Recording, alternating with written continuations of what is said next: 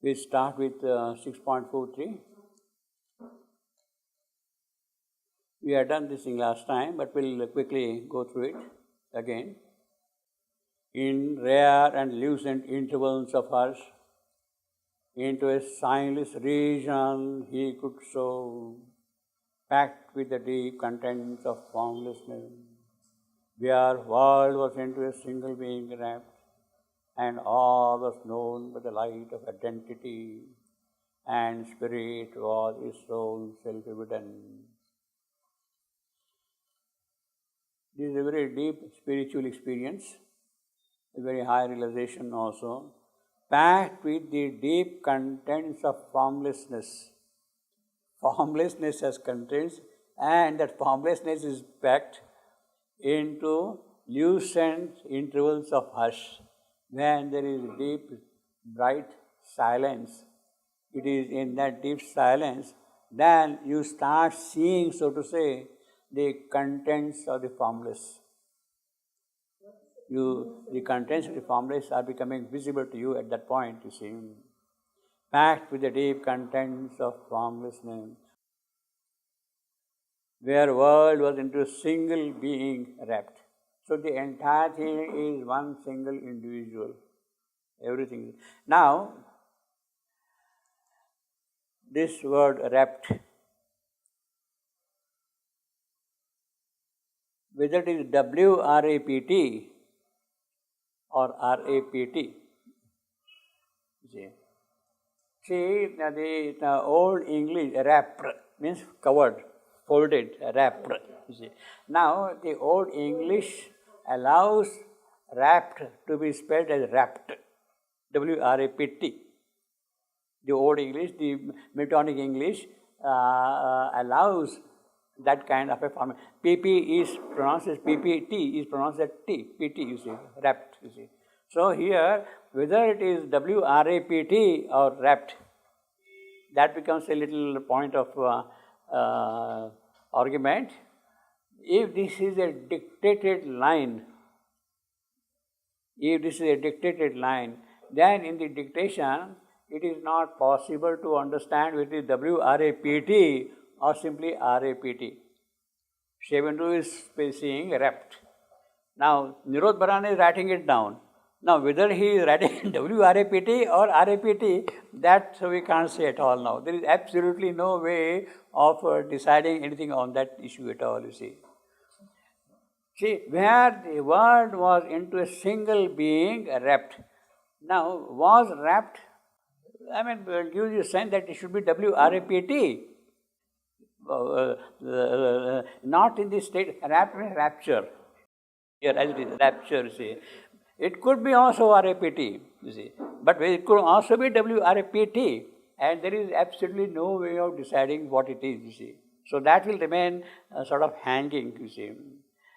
In rare and lucent intervals of hush, into a signless region he could soar, packed with the deep contents of formlessness. You see, this is a very, very complex kind of a phrase, that formlessness has contents, you see. Well, in other words, what it means is basically, it is absolute. Absolute means without anything in it. Yet, it is from absolute things are coming out.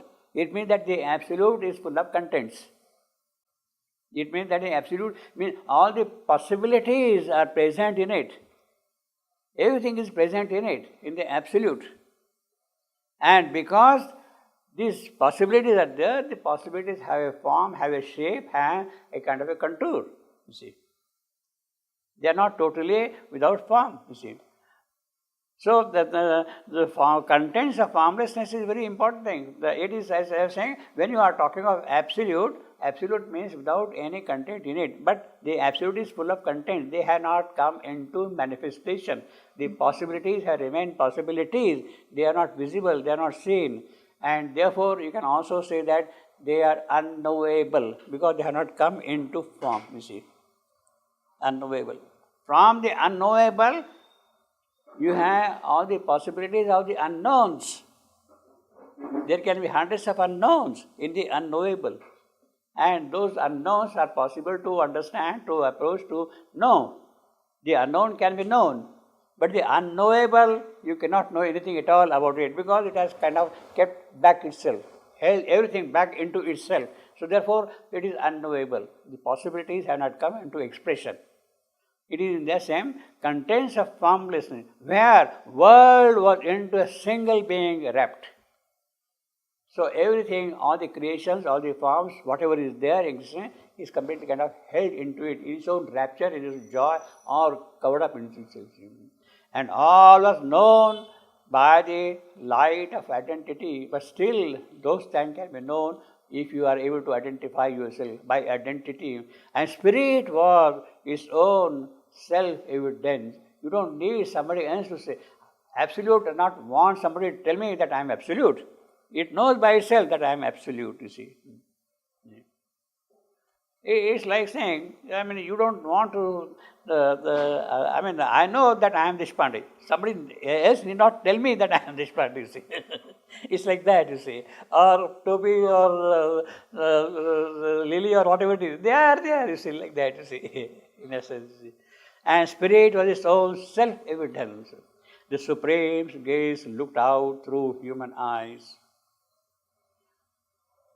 Now, in other words, it is the Supreme, the non-manifest, which has come into existence, and it is through each aspect of that existence the Supreme is looking out. This is a book, this is a table, this is this, this is this. Through each one, it is the Supreme who is seeing things now. The Supreme's gaze looked out through human eyes. In other words, he has come into the human being, and it is through the human eye, the Supreme is seeing the entire panorama of this creation, whatever is there in this existence. The Supreme's gaze looked out through human eye and saw all things and creatures as itself. Obviously, when the Supreme is looking through my eyes, what does he see? That everything is me, after all. He sees every object as me, whether it is a mountain or river or an animal or a bird or whatever it be, or a man, they are me. That is what he sees all the while, completely see. The Supreme gaze looked out through human eyes and saw all things.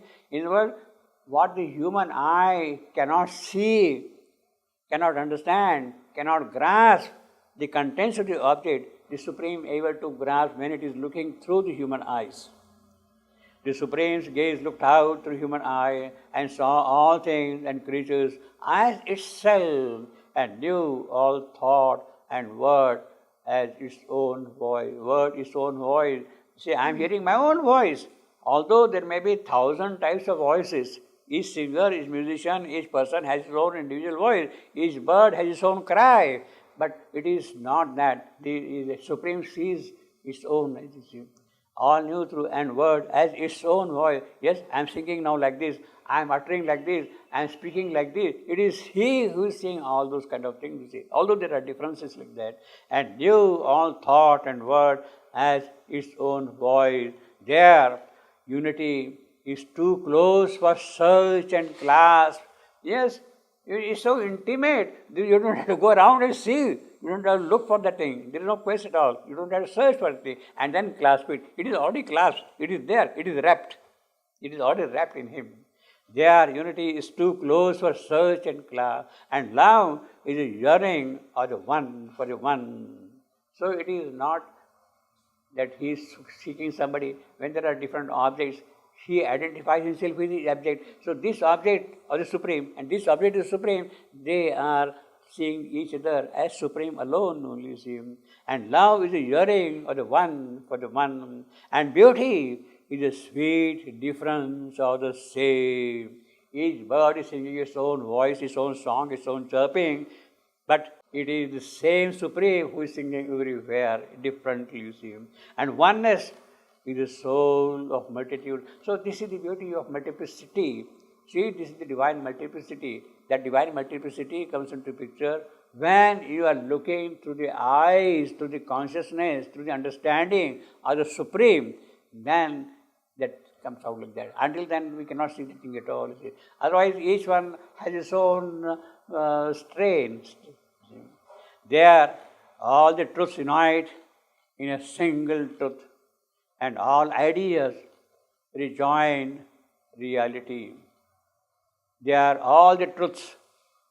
Each one is a truth. Each object is a truth. Whether it is a pearl or a diamond, or lapis lazuli or topaz, whatever. Each one is a truth by itself, and it has its own identity also. But all these identities find themselves fulfilled in one single supreme. You see, there all the truths unite in a single truth, and all ideas rejoin reality. So,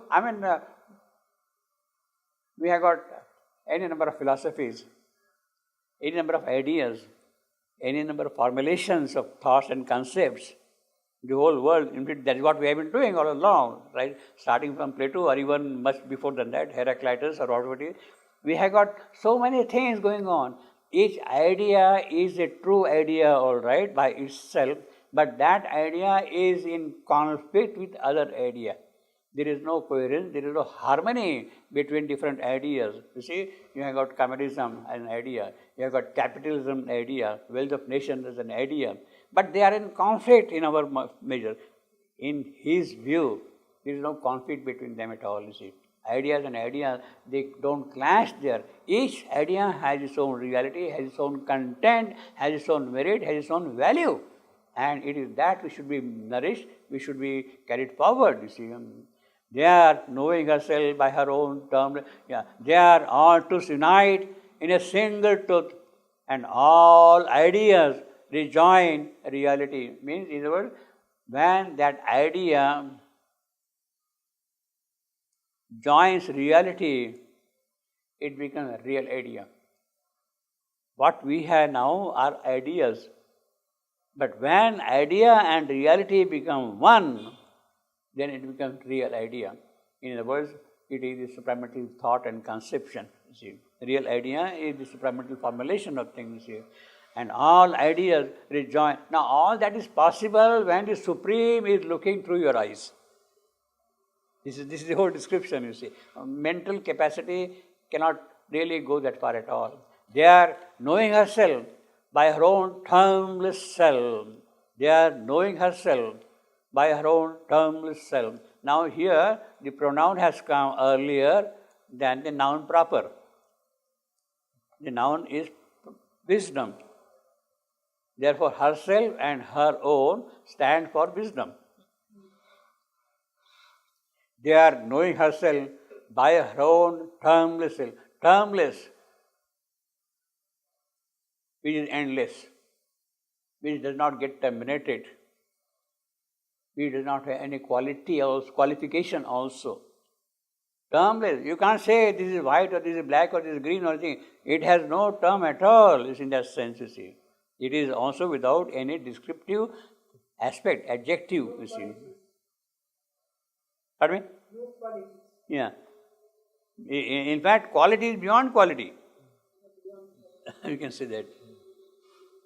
They are knowing herself by her own termless self. Wisdom supernal. Supernal, heavenly, celestial, transcendental, great. Wordless, absolute. Sat uncompanioned with eternal calm. Sat uncompanioned with eternal calm. Wisdom sat uncompanioned. Now you see, here you have got wisdom as the main noun. First adjective is termless self. Second adjective is supernal. Third adjective is wordless. Fourth adjective is absolute. See, it's piling up on wisdom itself, all this. And then she sat uncompanioned. She is alone. She doesn't need any companion at all. She is pradnya. She is alone by herself. Pradnya. The eternal calm, in the eternal calm, unmanifest. She is there permanently, always like that. It's eternal calm, absolute.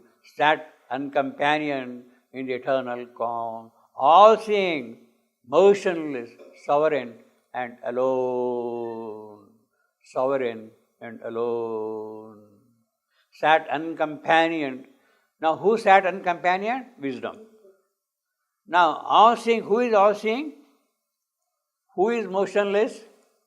Who is sovereign? Who is alone? Pardon me? No, is it for wisdom or for the calm?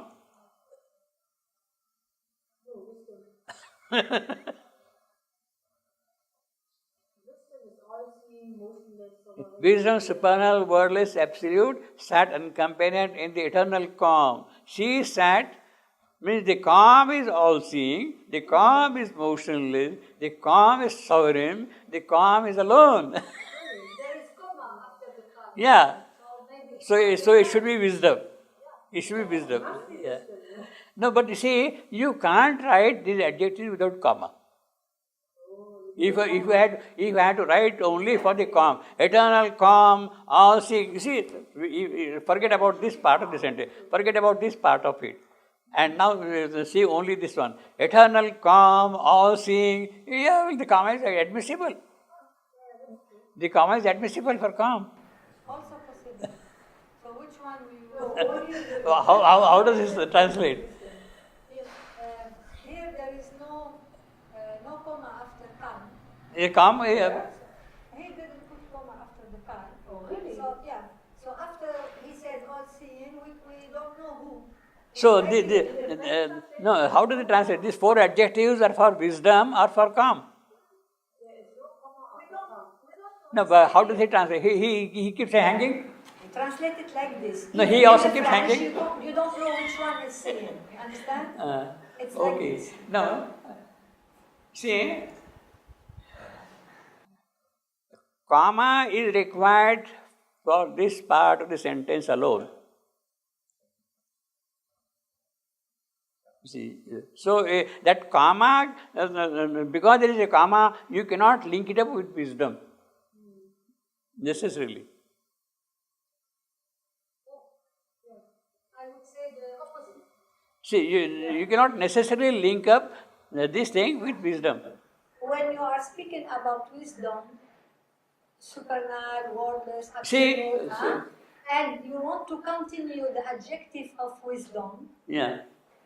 I think we should put comma after calm. Otherwise, we can think that the whole seeing is calm. Yeah, no, but purely from a grammatical point of view, we are saying purely from a grammatical point of view, comma is necessary even if you have only this part of the phrase.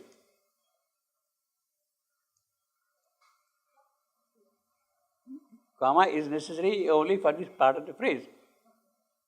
Therefore, you can't link up this comma with wisdom essentially, you see. So, whether these four adjectives are for calm or for wisdom, we'll have to use some other criterion. Meaning, no, because he says motionless. Motionless gives a clue that, well, all these four adjectives are for wisdom. Calm, motionless is not a very felicitous phrase, is not a proper phrase. Calm, motionless. See. Calm and motionless, it's Calm is calm. It is assumed. It is without any activity, without motion. Calm. Sovereign and alone. What about sat? Huh? What about sat? No, sat uncompanioned. That is wisdom. Wisdom sat uncompanioned. Wisdom sat uncompanioned. Wisdom sat uncompanioned. Wisdom sat uncompanioned.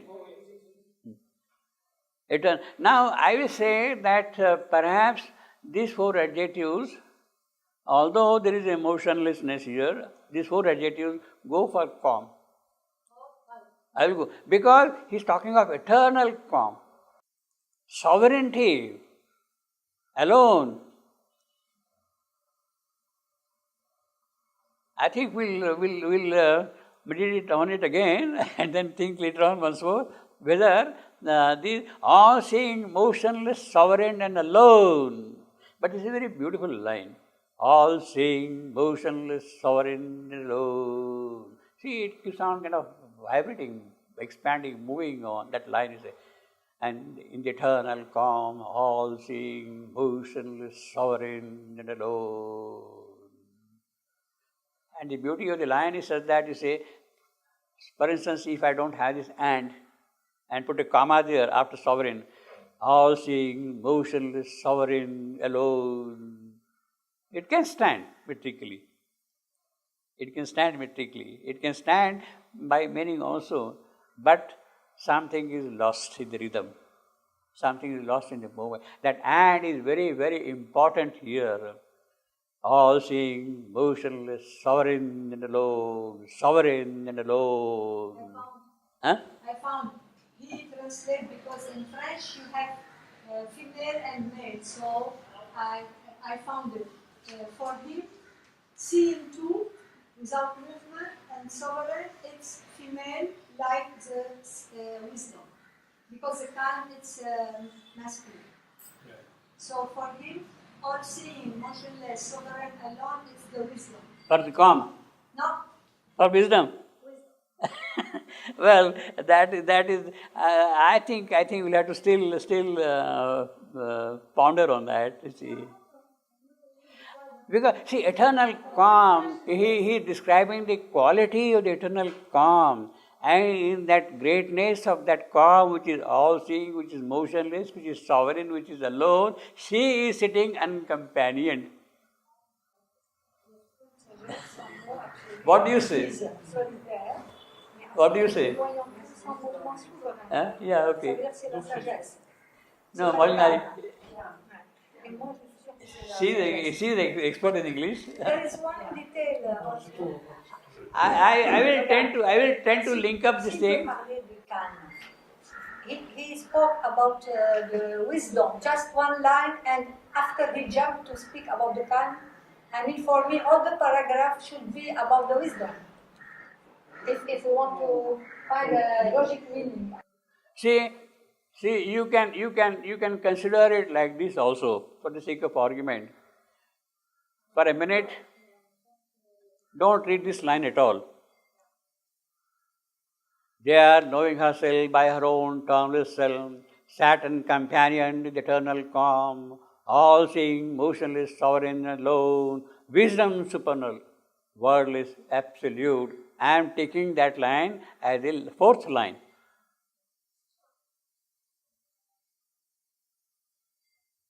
Instead of making a second line, we can take it as the fourth line also. You see.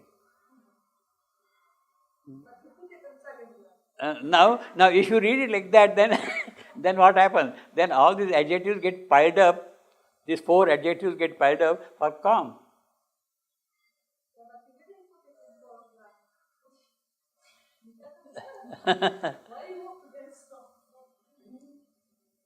There, knowing herself by her own termless self. See, wisdom. All right. Now, how many adjectives are for wisdom here? Termless, supernal, wordless, absolute. 4 already. You don't want to pile 4 more adjectives for alone, for wisdom. See, you don't want to heap more adjectives on wisdom, you see. So, that will be kind of bad poetry also. What do you say?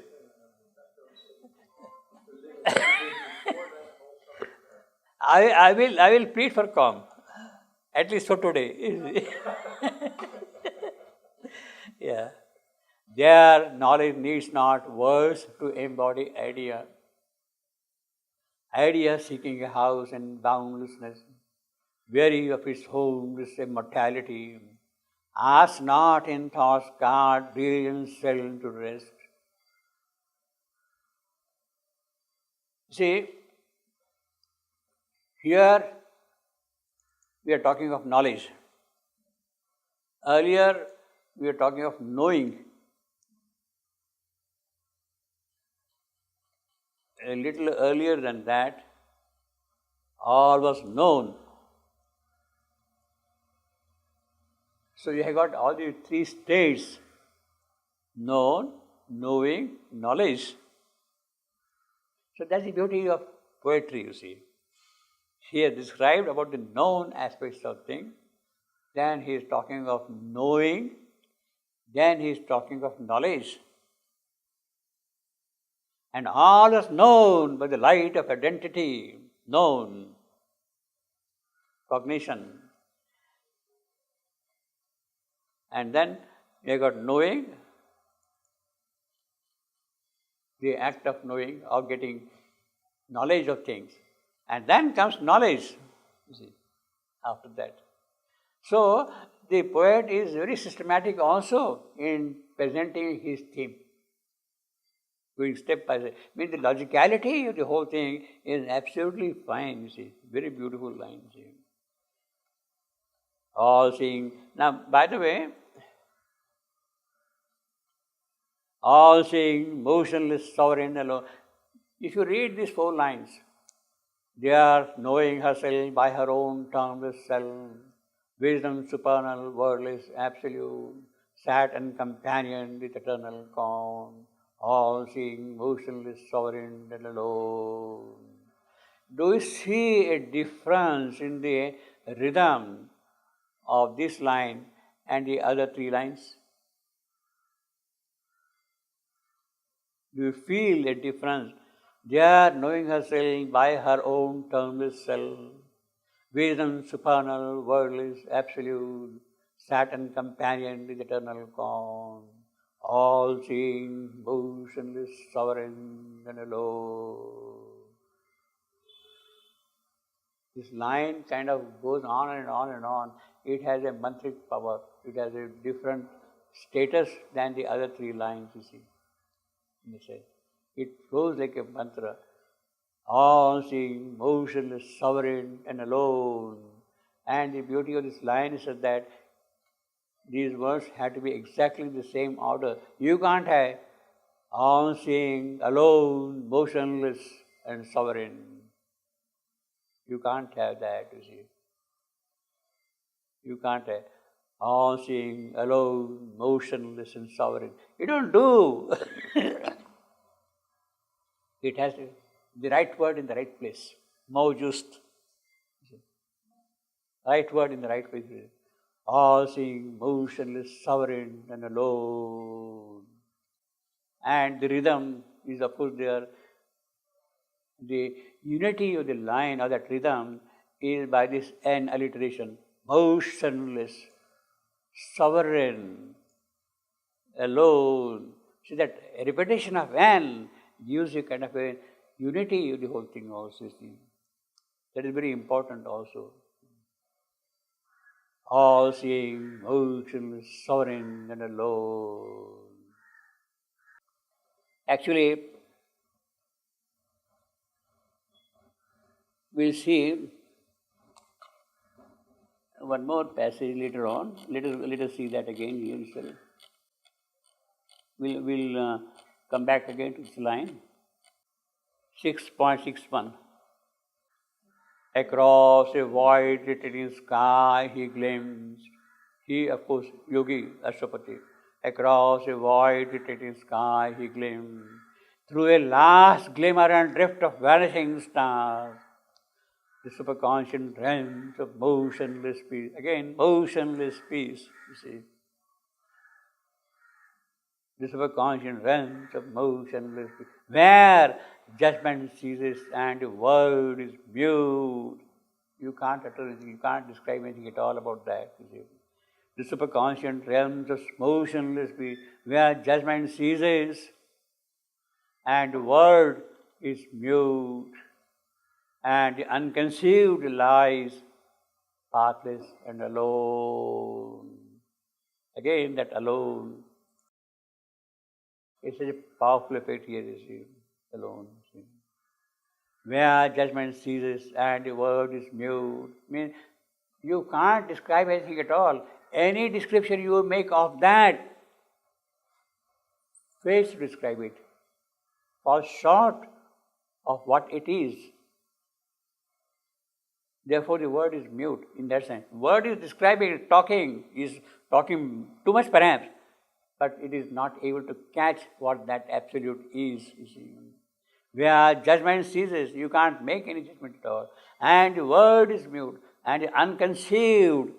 You can't conceive of it at all. The absolute, the unknowable, lies pathless and alone. There is no path at all to go there, alone of his own, the absolute himself. Now this is, again, these three lines, across a void, retreating sky he gleamed. Sky, above sky he is going, and the skies are retreating behind. Through a last glimmer and drift of vanishing star, through the stars, everything has gone in the sky. The superconscious realms of motionless speed, where judgment ceases and the word is mute. These three lines you can see again, the quality of poetry is totally different here. This pure, absolute mantra. Here you got pure, absolute mantra, you see. The superconscious realms of motionless speed, where judgment ceases and the word is mute, and the unconceived lies pathless and alone. See, that alone in the end has a very powerful effect, you see. Again. And no other word will do here. As far as the poet is concerned. You can have only, you see, only will not do it all. It has to be alone.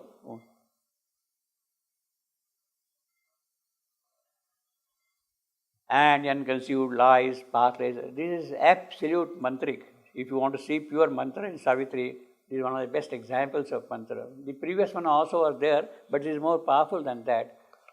Now, in that context, I am going to read a poem by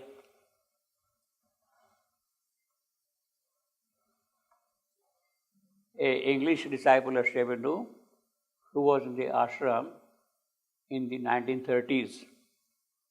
He was a philosopher. He was in search of the truth.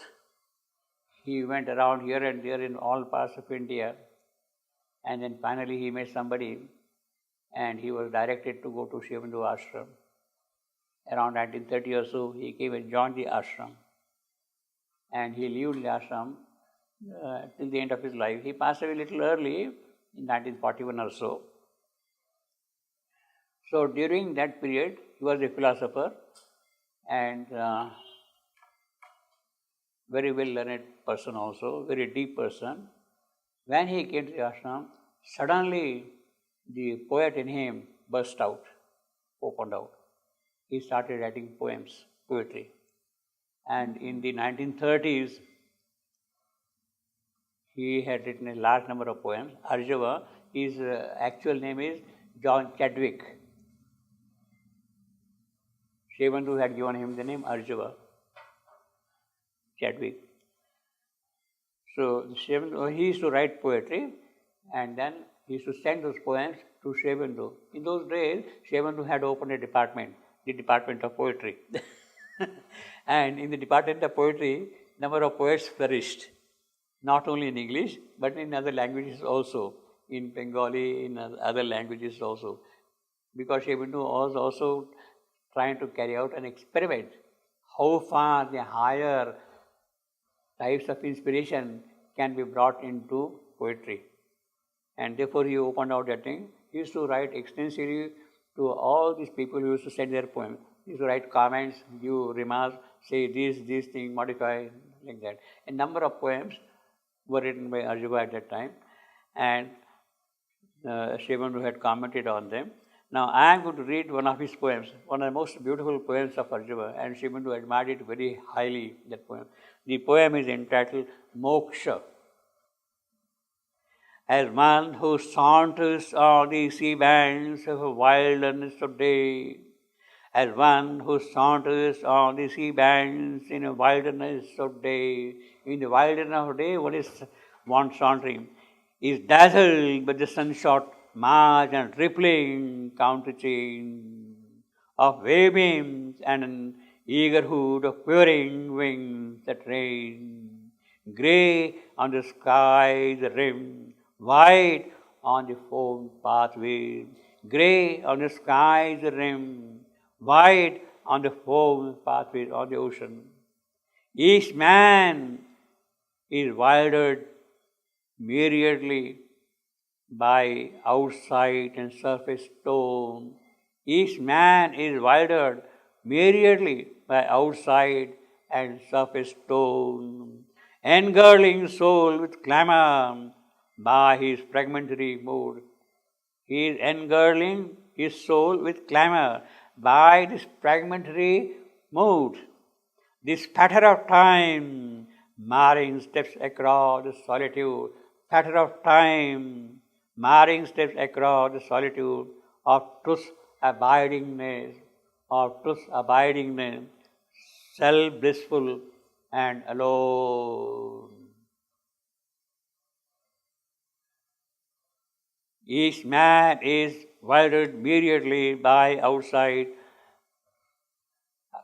and surface storm, engirdling soul with clamor by his fragmentary tomb. This patter of time's marring stem across the solitude or truth's abidingness, self-blissful and alone. But when eastward streaming shadows bring the hush of eventide, the wave-lapped sun can veil again his glory of hence going, and furnished by his low light vast dreams of heaven knowing, a golden way to the one where beauty's archives hide. Now, this is a poem with 3 stanzas, but you can see the difference between the first and the third and the middle stanza. Middle stanza is absolutely beautiful. Each man is wildered myriadly by outside and surface tone, engirdling soul with clamor by this fragmentary mood. This patter of time's marring stem across the solitude of truth's abiding them, self-blissful and alone. Shivananda calls this mantric line. These 3 lines, this particular stanza, mantric line. I got a comment of this one. Comment is written by Amal Kiran in his notebook. Actually, this copy of Arjava's poem belongs to Amal Kiran. So, it is in my possession. And Amal Kiran has copied down Shivananda's comments below each poem. Shivananda's comments. Now, Amal writes, by the way, this poem was written on August 25, 1933. See, within a couple of years after joining the ashram, see his writer. 1933. I have not been able to trace the comment in the correspondence of Shivananda with Arjava. He has not been able to trace where that original paper is. But I remember that Shivananda praised the poem very highly and remarked about lines 7 and 8. 7 and 8. This patter of times marring steps across the solitude of truth abiding them, self-blissful and alone, these 2 lines.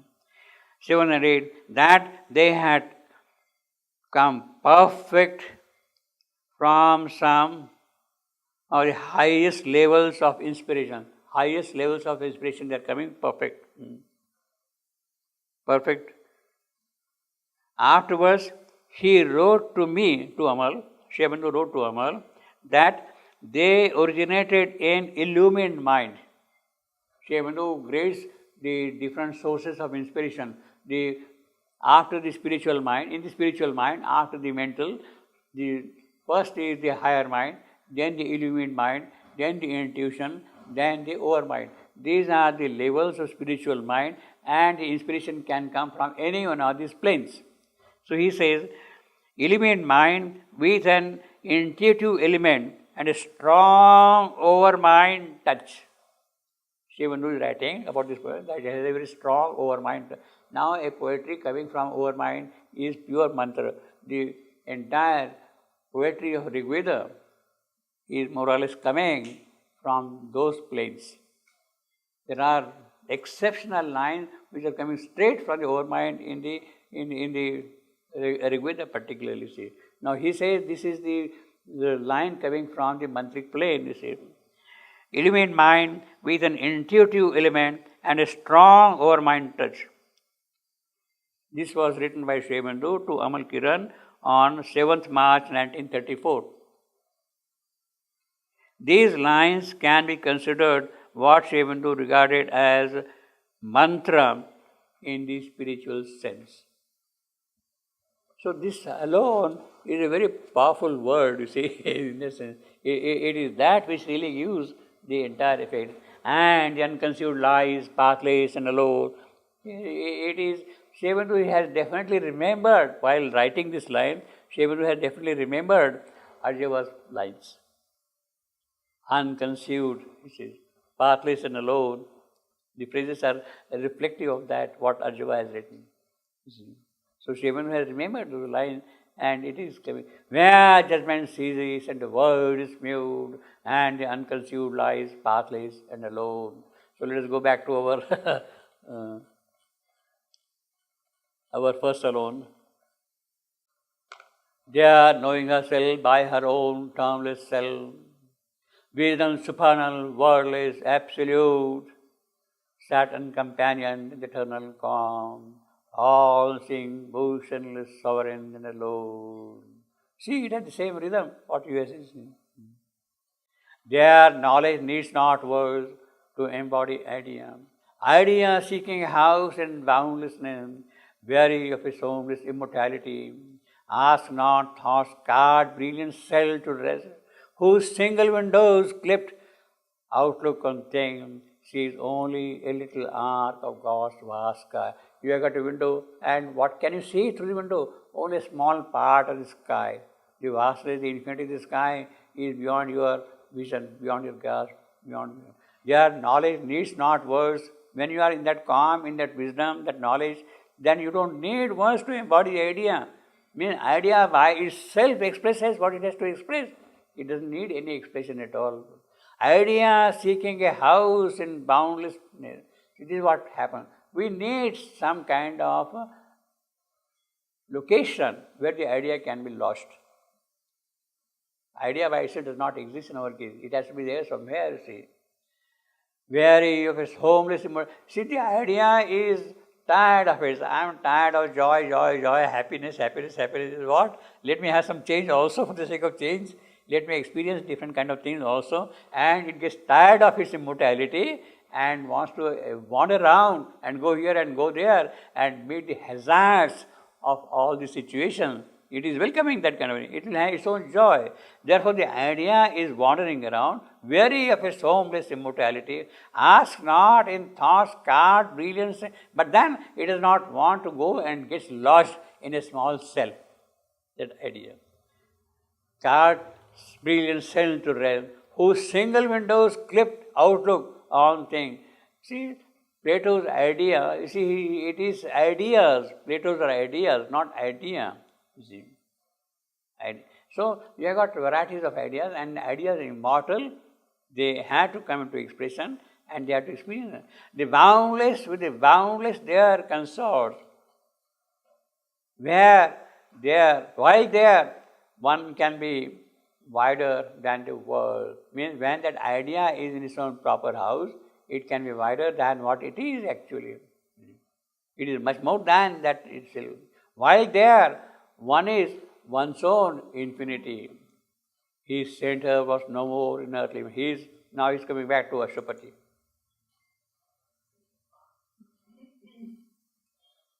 He has described known, knowing, knowledge. Now he's coming back to Ashwapati. His center was no more in earthly mind. It has crossed the terrestrial limits. It has gone into the spiritual domain. In fact, that is what happens now.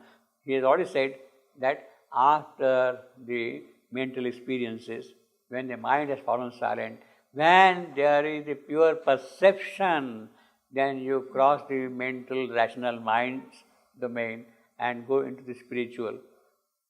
His center was no more in earthly mind. A power of seeing silence filled his limbs. See, even his limbs, his physical, they are filled with that seeing. They can see. The limbs are able to see things.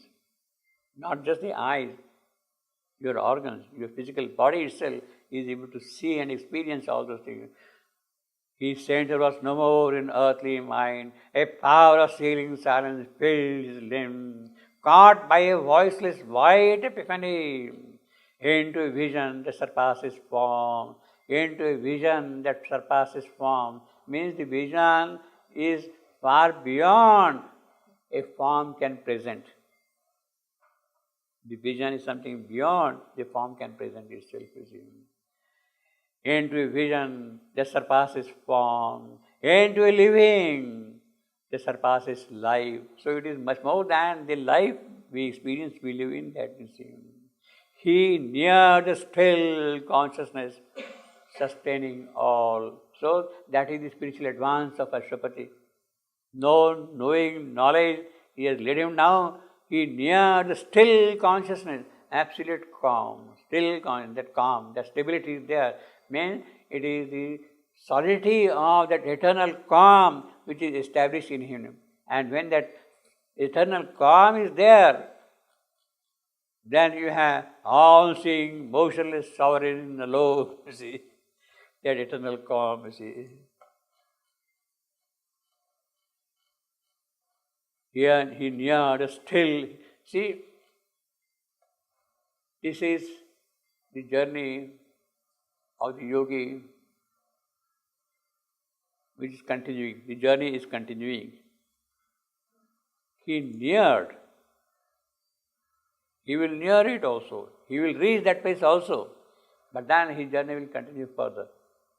Means what knowledge he has got, what wisdom he has got, is going to lead him further on to something else, much more than that, you see. Near the still consciousness, sustaining all. In other words, when he would enter into that consciousness, new domains of understanding, of knowledge, of cognition will open out for him, you see. He near the still consciousness, sustaining all. The voice that only by speech can move the mind. Well, that is our limitation. See, the voice that only by speech, only when you utter that only by speech. Unless you speak, you can't understand what he is talking of, what he is there in his mind at all, you see. Now, only by speech. Now, this speech of ours, what we are talking, everyday conversation of ours, is called Vaikhari. The common man's language, Vaikhari. Our language is a Vaikhari. So, our mind is speaking only the Vaikhari language. After Vaikhari, there is the Madhyama, the intermediate language. What we are speaking, after that there is the medium intermediate language, Madhyama. After that is seeing speech, Pashyanti. Means the speech itself sees things. This is what is talking of here. The speech itself sees things. Pashyanti Vaka. Means the speak itself gives you vision, everything complete here. Now here our mind, formation, sensation will make it kind of a picture for us and then we can grasp it. But Madhyama, which is intermediate between Pashyanti and Vaikhari, can take you a little further on. When you are in the world of Pashyanti, you see things. They speak directly to you. What you see, they are speaking also directly to you. Therefore, it is called Pashyanti. The seen language, the language you see and talks. The voice that only by speech and beyond Pashyanti is the Paravani, transcendent speech. Beyond Pashyanti is the transcendent speech, which has no word to describe at all, Pashyanti. So we have got 4 grades of language, actually, Vaikhari, Madhyama, Pashyanti and Para. Para is the last stage of language. See, where the transcendental beings talk to each other in that language. The voice that only by speech can move the mind became a silent knowledge in the soul. So that has become now the knowledge of the soul. The strength that only in action fills it truth was lost now in the mute, omnipotent peace. Well, he is describing his states again. A leisure in the labor of the worlds, a pause in the joy and anguish of the search, restore the stress of nature to God's calm. So that is the condition in which we live. A leisure, we are living in the world of labor. we are having joy and anguish, all that thing has been stopped, has come to an end, and it has been restored to God's calm. Our turmoil, our anguish, our conflicts, everything is now kind of resolved in God's calm. A leisure in the labor of the world, a pause in the joy and anguish of the soul, restore the stress of nature to God's calm. A vast unanimity ended life's debate. So there is no conflict. Idea versus idea, God versus God, religion versus religion, ideology versus ideology. All those conflicts had disappeared completely. Ambition, possession, greed, all those things have completely disappeared now. A vast unanimity ended life's debate. Now, about the debate, he is going to describe a few things in a long sentence, some 17, 18 lines long sentence. The war, what do we experience in our life? The war of thoughts that fathers the universe. Yeah. The war of thoughts that fathers the universe. This is an echo of Heraclitus. Heraclitus. This sentence you see. Struggle, war, is the father of progress. Heraclitus. The clash of forces struggling to prevail. Well, that is what we have got in this world. It's very common to us. In the tremendous shock that lies a star. Well, even that is a kind of a shock. It is a conflict of assertion. The clash of forces struggling to prevail in the tremendous shock that lies.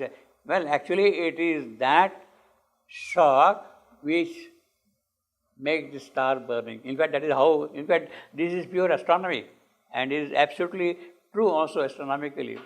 How is a star is born? How a star is born? It is the gravitational collapse of matter into it which gives the energy sufficient, kinetic energy sufficient to become a star. The matter is there without any illumination. When the gravitational collapse starts appearing, collapse means it is coming closer and closer. So the potential energy which it has become more and more kinetic energy. And the kinetic becomes so strong, so large that it can light up into a flame. That is how the star is born astronomically. In other words, gravity is a matchstick to light a star. It is a matchstick by which a star is lighted. So it is that clash. When it is collapsing like that, then the star is born. So this is perfect astronomy, you see. The clash of forces struggling to prevail in the tremendous shock that lights a star, and in the building of a grain of dust. So whether it is building a small grain of dust or a star, it is that. The groove, the turn, the dumb ellipse in space. Well, that is what happens now. Planets are moving in the grooves, in their orbits constantly. The building of a grain of dust. So after all these planets are what? They are nothing but grains. Small little particles, specks in the vastness of space. You see. Of dust. The groove, the turn, the dumb ellipse, dumb. Well, they cannot express themselves. They are there, you see. But a yogi can hear the sounds of these objects, ellipse in space, plowed by the seeking of the world's desire. Ellipse in space, these grooves are made, they are moving around. Why? Because there is the desire of the world to get something out of this movement, to achieve something out of this movement. There is that worst desire. You see, the movement is there. For what? There is a kind of a latent urge in us to achieve something, to do something, to go beyond what we are, to open out to some spiritual possibilities, you see. Lured by the seeing or the worst desire, the long regurgitations of time in times of flood, vomiting. The time is moving and vomiting out, you see. In times of flood, the torment edging the dire forces of lust. Well, when there is lust and ambition and greed and all that thing, then there is the vomiting, regurgitations of time, you see. Torment edging the dire force of love that wakes kinetic in us dullard slime. The carves the personality out of mud. The sorrow by which nature's hunger is fed. Yeah. See, it is because the sorrow that you are really doing something, moving forward also. Sorrow by which nature's hunger is fed. The oysters, the urge of the creative urge, oysters, the creative urge, which creates with fire of pain. Yeah, well, actually it's true. When the stars are collapsing like that, it is a kind of fire of pain also, you see. Fire of pain, the fate that punishes virtue with defeat. He is talking of war. And there are a number of examples of that kind of war, all these conflicts, you see. The fate that punishes virtue. Yeah, you do all meritorious things, good things and all that thing, and still you get punished. Because there is some kind of a karma still lingering in you. The fate that punishes virtue with defeat. The tragedy that destroys long happiness. That's a pity. The tragedy that destroys long happiness. The weeping of love, the quarrel of the God. Well, the weeping of love is not uncommon, even in ordinary life, you see. The weeping of love, the quarrel of the God. Yes, the gods also quarrel. The ideas quarrel. The forces quarrel. Because each god wants to assert himself. Shiva wants to assert himself in a way. Vishnu wants to assert himself in a way. Religions want to assert themselves in their own way. So all these things are bound to happen. The quarrel of the god sees, but all these things, these wars, conflicts, clashes, they see in that truth which lives in its own light. When you find that truth, then all these conflicting things disappear completely. They find their own harmony, their own relationship, their own concordance, and they live together in that case. The weeping of a truth which lives in its own light, his soul stood free. So Ashwapati is now free of all these conflicts completely. Whatever was there happening, they are now there. She is in a truth which lives in its own light. His soul stood free, a witness and a king. Witness, well, he is observing everything. But because he is now free of all these conflicts, he is the master of everything. Therefore, he is a king. Therefore, he is a king. Everything is. See, if there is a conflict, it means there is something which is not in your control. But when the conflict has ceased totally, then you are the master, you are the sovereign, you are the king. See. Absorbed no more in the moment-ridden flux. Well, in the passage of time, in the passing show, we are absorbed normally. Absorbed no more in the moment-ridden flux, where mind incessantly drifts as on a raft.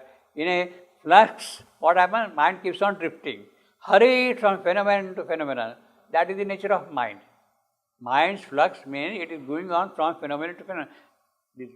He abode at rest in indivisible time. So not in the stream of time, he is drifted from place to place. He is not drifted from place to place in a stream of time. He is now free of that. He abode at rest in indivisible time. Because it is a flux of time, now he has come into the indivisible time which has no present, no past, no future. The divisions of time are past, present, future. They don't exist at all. Everything is now, permanent now, eternally. He abode at rest in indivisible time. But will that be enough for a soul like Ashwapati to remain in rest? Yes, you are quiet, you are free of all these conflicts and all that. Is that enough? Is he going to be satisfied with that? Perhaps not. Ashwapati is a different kind of a yogi. It is not that he wants alone, quietness and all that thing, free of conflicts and all that. As if a story long written but acted now, in his present he held his future and his future and present. So these are the divisions of time. He has already described it. Present, he held his future and his past. Felt in the seconds, the uncounted years. So in each moment, in each kshana, the whole eternity is present, you see. There is no difference between a moment and eternity in the sense. In other words, everything is existing together at once in him. Felt in the second, the uncounted year, the whole age, all the ages are now in front of him. See, as if a story long written but acted now. The very first birth of Ashwapati at the beginning of evolution. It is not this year or that year, not 15th August 1872, but his very first birth since the beginning of evolution, written long ago. His story is already written. What he is going to do, what he is going to achieve in the long course of evolution, in the passage of long time, is already kind of recorded there. He is here for that purpose right from the beginning. A story long written. When was the story written? The story was written when Ashwapati came to this world. It is already recorded there. The story is the supreme. Yes, I am going now to the earth for this purpose. It is already recorded there. The whole future. As if a story long written but acted now in the current era. In his present, when he is now here, he held his future and his past. Of all the kalpas, all the yugas, all the eons, they are present in him. His past. Felt in the second the uncounted years, and saw the hour that dots like dots upon a page. An aspect of the unknown reality altered the meaning of the cosmic scene. Suddenly, because of his thing, the entire course of action, the entire process of evolution completely has changed, altered, acquired new meaning, new significance in his vision and in action. Acquired a new significance. An aspect of the unknown reality altered the meaning of the cosmic scene, that known knowledge, knowing has come to this point, you see. Altered the meaning of the cosmic scene. In other words, the entire cosmic history will be of a different character now from onward. He has come to this point, the future is going to develop and it will unfold in a certain manner. The cosmic scene is now there. This huge material universe became a small result of a stupendous force. After all, what is this one? That force is doing that thing, it is a very small little bit of it, a small result of a stupendous force, overtaking in the moment the eternal ray, illumine that which never yet was made. Illumine that which never yet was made. See, that itself has come to light now. It is being seen. It has opened out for you, see. Thought lay down in a mighty voicelessness. The toiling thinker widened and grew still. See, he is still again. He has become very wide now, infinite. Wisdom transcendent, trust is quivering heart. It is the heart itself now which is receiving the transcendent wisdom. Pratnya, it is sitting in his heart directly. That lady, that girl, that beautiful, wise person is there now in his heart already. Wisdom transcendent, wisdom is she. Touched his quivering heart. Well, at the moment it is touched. Soon she will come and occupy that heart, you see. His soul could sail beyond thought's luminous bar. Therefore, now he can go from place to place wherever we want. His soul could sail beyond thought's luminous bar. Mind screamed no more, the shoreless infinite. Shoreless infinite. The infinity keeps on widening and widening and widening. And you can keep on sailing and sailing into that infinity, you see, constantly. His soul could sail beyond thought's luminous bar. See,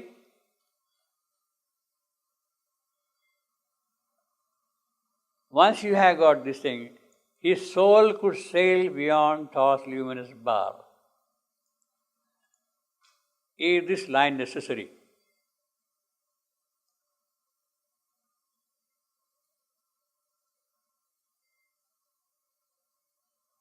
His soul could sail beyond thoughts, rumors, but I can stop with that. Mind's creed above the soul is infinite. I can make it out from the previous line itself, all the possibilities which are existing in that line, in the previous line. In a word, this line, in the context of its meaning, is not really adding much to this line. His soul could sail beyond thought's luminous bar. My imagination can take this statement to in many directions, to many possibilities of understanding. Then, therefore, what is the necessity of this line? Mind screened above the soul is infinite. Is it redundant? Is it just, adding an extra line to the volume of Savitri? You see. See, in poetry, you don't really only go by this sense alone. See, if I am going to write a PhD thesis, I will perhaps stop with this one. If I have to write a PhD thesis for a certain purpose, with a certain theme, I will stop with that. I don't have to add this thing at all, you see, in a PhD thesis, in an academic paper, you see. But poetry, the rhythm, kind of cries for something more, demands something more. It does not want to stop with that. His soul could sail beyond thought's luminous power, mind could know the soul is infinite. See, the rhythm keeps on flowing. The rhythmic flow demands something to be continued further. Continues to be further, you see. So that is the aspect of poetry, you see. Wisdom transcended touched his quivering heart. His soul could sail beyond thought's luminous bar. You see, in fact, if I am sufficiently imaginative, I don't need these two lines. Once I got wisdom transcended, touched his quivering heart. I can be imaginative and keep on adding all those things, you see. Okay, then this line, this sentence we have already done, but we'll do it again quickly now. Across a void retreating sky he gleamed, because soulless now. He is going to the beyond. Across a void retreating sky he gleamed, through a last glimmer and drift of vanishing star, the superconscious sense of motionless peace, where judgment ceases and the world is mute, and unconcealed lies pathless and alone. Across it. See, mind, screen, number, all right. Wisdom transcendent touched his heart. What is the effect of that thing? That wisdom touching his heart. The effect is, across a void retreating sky he gleamed, through a last glimmer and drift of vanishing star, because he's sailing. That boat is going on, shore after shore, so to say, or ocean after ocean is crossing. The superconscious realms of motionless peace, where judgment ceases and the world is mute, and unconcealed lies pathless alone. There came not form or any mounting voice. There only was silence and absolute. Well, that is the unconceived. That is the unconceived. There came not form or any motionless mounting voice. There only was silence and absolute. In other words, he is kind of waiting for something to be expressed here, his soul. Out of the stillness, mind, newborn, arose. So he has got a new mind now. His old mind has gone completely out of that, because it is soul thing. That wisdom is there now, and it is that wisdom which is giving that new mind. Out of the stillness, mind, newborn, arose and woke to truths once inexpressible. And forms appeared dumbly significant. A seeing thought, a self-revealing voice. So all these things are now opening out to him, because there is only silence and absolute, and out of that thing, all these things are coming in. There came not form or any mounting voice. There only was silence and the absolute. Out of the stillness, mind newborn arose and woke to truth once inexpressible, and forms appeared dumbly significant. A seeing thought, a self-revealing voice. He knew the source from which his spirit came. So Ashwapati remembers where from he has come. See, he had come from the transcendent, from the silent, the incarnate Ashwapati. At the beginning, a world desire compelled his mortal birth, and he comes as a delegate of eternity and all those things. He knew the source from which his spirit came. See, he has entered into this creation. He has accepted the conditions of this creation. He has become ignorant of everything. But then his soul is progressing and making progress. And now the soul is remembering, yes, I come from that. After all, I come from that Supreme. He is the Supreme Delegate. A direct descent from the Supreme, as the mother says. He knew the source from which his spirit came.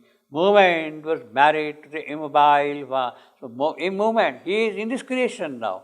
He is in the process of time here. But that process of time is linked up, is connected, is an aspect of that eternity itself.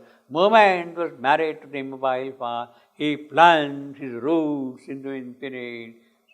Because of that attainment now, he based his life upon eternity.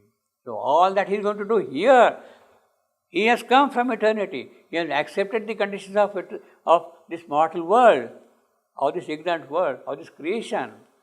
Out of this creation, he is growing up, and now he is basing all his action, all his movement back upon eternity. Comes from eternity, acts this condition, and builds up his future upon eternity.